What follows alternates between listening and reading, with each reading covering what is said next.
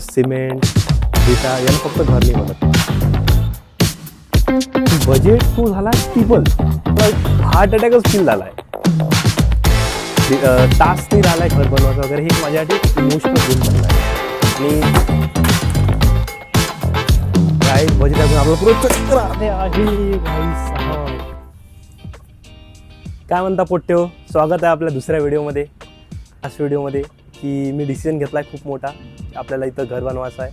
मी या वीकमध्ये ॲक्च्युलीमध्ये 5 कॉन्ट्रॅक्टरसोबत बोललो आणि प्लॅन डिस्कस केला. जे प्लॅन मी डिसाईड केला त्याच्या अपोजिट सर्व गोष्टी झाल्या. मला बिलकुल नाही वाटलं होतं की बजेट एवढं वाढणार. आणि माहीत पडलं की गोष्टी एवढ्या सोपी नाही आहेत.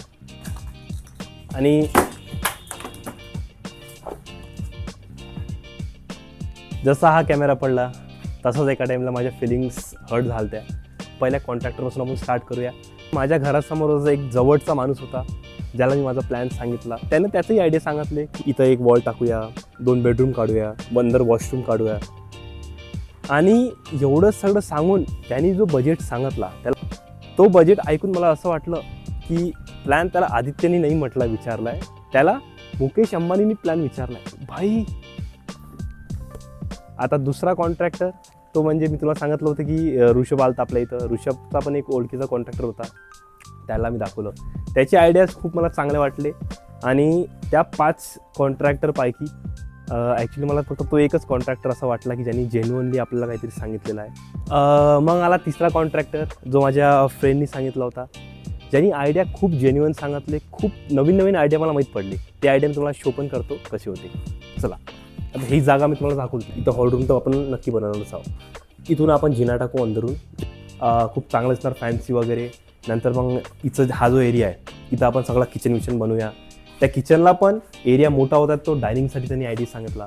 नंतर मग वॉशरूम आपण असं काढूया म्हणे, इथं वॉशरूम न काढता अंदर जे हे बेडरूम आहेत ना, कारण ह्या बेडरूम खूप मोठा आहे तो बोलला. तर त्याच्या अंदर मास्टर बेडरूम येऊन जाणार, जे की मलाही ऐकायला खूप चांगलं वाटलं. पण नंतर जेव्हा मी तो बजेट ऐकला, कारण प्लॅन खूप चांगला होता पण बजेट थोडा ओव्हर झाला. कारण आता माझी सेविंग काय 5 लाखपर्यंत 6 लाखपर्यंत माझी सेविंग आहे. पण बजेट तो झाला टिबल.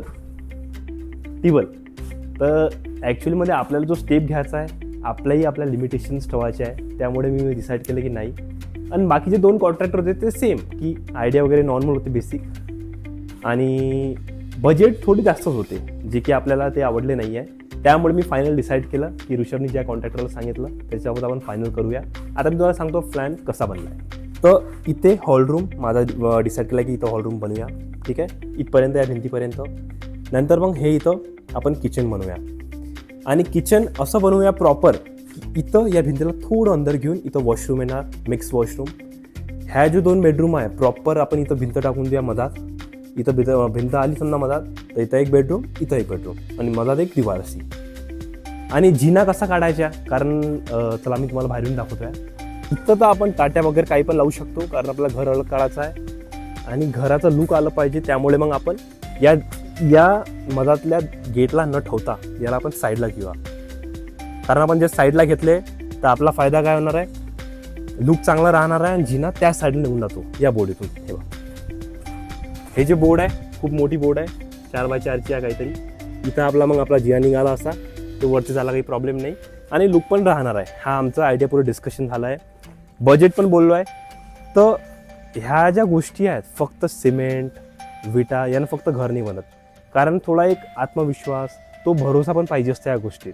कारण तुमचे जर समोरचे लोक माहिती आहे का विश्वासू नसले किंवा त्याच्यावर आपण भरोसा नाही करू शकत ना, आपलं घर बनणं सोपी नाही आहे. 2-4 गोष्टी त्यांना पण हँडल करायला लागते, 2-4 गोष्टी आपल्याला पण समजायला लागते. असं करून मी कॉन्ट्रॅक्टर डिसाईड केला. फायनली आपण डिसाईड केलेलं आहे की कोणाला कॉन्ट्रॅक्ट वगैरे द्यावं. आणि याच्यात मला सर्वात जास्त खराब काय वाटलं की आपण ज्या माणसावर भरोसा करतो ना, आणि जर ते तसे खरे नाही उतरले तर खूप जास्त खराब वाटतं की नाही यार असं नाही झालेलं पाहिजे. हे फक्त आपलं टास्क नाही राहिला आहे घर बनवायचं वगैरे. हे माझ्यासाठी एक इमोशनल गेम बनला आहे. कारण इमोशनल गेम आणि कॉमेडी शो याच कारणानं कधी कधी मला असं वाटतं बजेट ऐकून यार मीच काम करतो यार हे सर्व, हे टीनं काढला. कारण हे जे चिल्लर कामं आहेत हे लय परेशान करत आहे. चिल्लर कामं म्हटले म्हणजे कोणते, तर याच्यावरची जे टीन आहे, काउंटर झालं हे आपल्याला इथं लागलं कारण त्यांना बनवायला लागेल, हे मलाच काढायला लागेल आहे. नंतर मग हे टीन आहे ते पहिलेच लागेल आहे इथं, ही मलाच काढायला लागेल आहे. त्याच्यासाठी आपल्याला पाहायला लागेल मजदूर. तर कधी कधी असं वाटतं की साला मिस चाललं जातो आणि म्हणजे 2-4 काम मिस करून टाकतो. एवढं सोपी नाही आहे. तर असं आपण फायनल डिसाईड केलं आहे.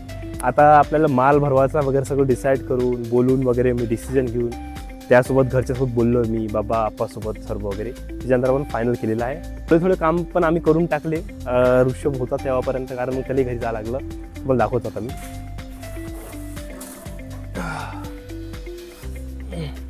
कामं तर एवढे आहेत गाईज, याचा आपण विचारही केला नाही.